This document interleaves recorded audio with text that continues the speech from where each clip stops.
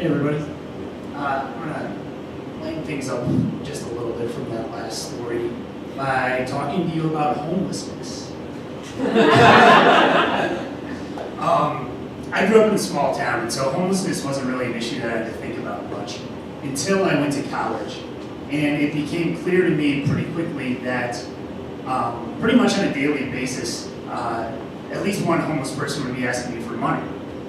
And one important thing to know about me, I think, right off the bat, is that I'm a terrible improviser. If you ask me to think on my feet, I turn into like one of those malfunctioning Westworld robots. So I knew I needed a plan.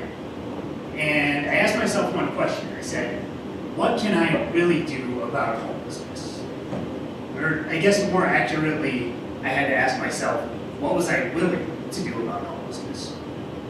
Would I just give change to every single person who asked for it? No, of course not. That wasn't feasible. And I just entered the coin-operated laundry phase of my life, so quarters right up. Okay, then would I judge it on a case-by-case basis? Again, no, not practical. I'm not decisive enough for that. In fact, I'm so indecisive that I spent 3 hours trying to think of my best indecisiveness story to share here, and I couldn't decide. Okay, then maybe I could donate my time to a cause that would somehow benefit the homeless, right? Again, no, strike three. I had other priorities at the time that seemed more important. Studying, working, sleeping off hangovers. So I wasn't going to donate my time, I wasn't going to donate my money, but I felt like I had to do something. I'm a Midwesterner, and I think all of us Midwesterners have a certain amount of fake politeness just in our DNA. I know I do. So I thought about it for a few more days, and finally the answer came to me. When a homeless person asked me for money, I would say, I'm sorry, I don't have any change. And that was a good solution for a few reasons. Number one, it was believable. This was 2004, but even back then, we were phasing out actual real money. I'm sure the homeless weren't happy about it, and they probably aren't happy about it still, but that's the risk you run when you bet on analog over digital. Number two, it affirmed the humanity of the asker, right? It said to them, I recognize that you're a human being trying to communicate with me, and as such, I'm going to respond to you. I'm not going to help you, but I'll at least do you the courtesy of answering you. Number three, it implied that I would help if I'd had the money, which of course I often did, but they didn't know that and they didn't need to know that. So I went on with that strategy, and I used that answer for the next 10 plus years. And it worked great. I didn't give a dime to a homeless person during that time, and honestly I didn't really feel bad about it either. I was like Mario with a superstar, and most people were just bouncing off on the left and right.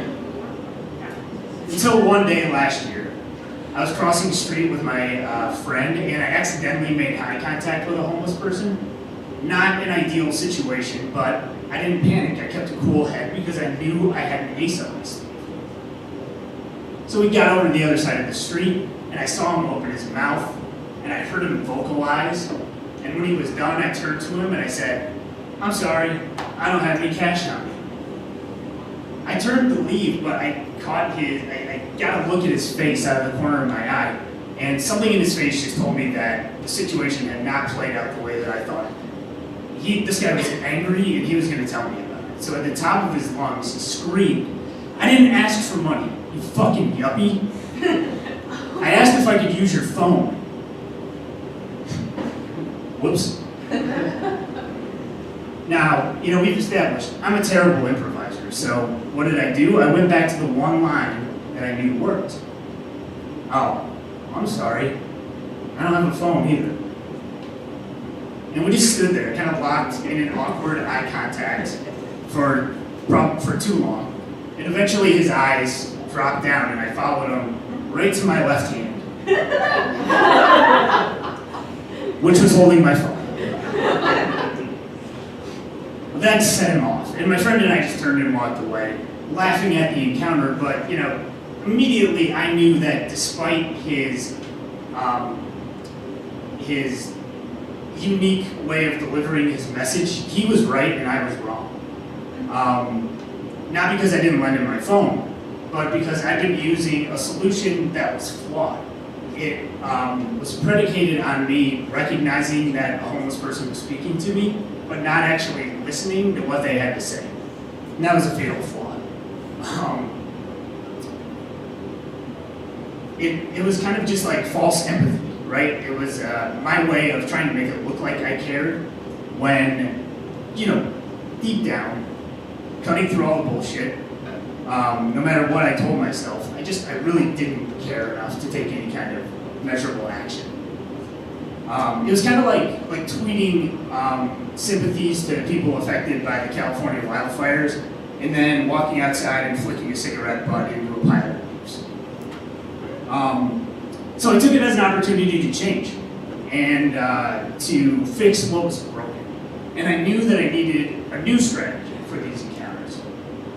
So I turned to the wisdom of the crowd, and I have to say, I think it's working pretty well.